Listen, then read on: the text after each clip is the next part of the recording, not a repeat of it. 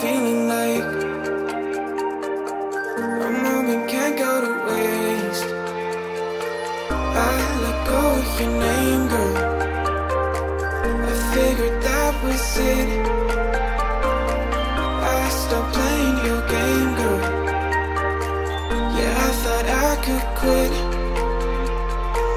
I'm all up in my head, I'm sorry for what I did. Wish I could have it unsaid. Just make it right instead of treating me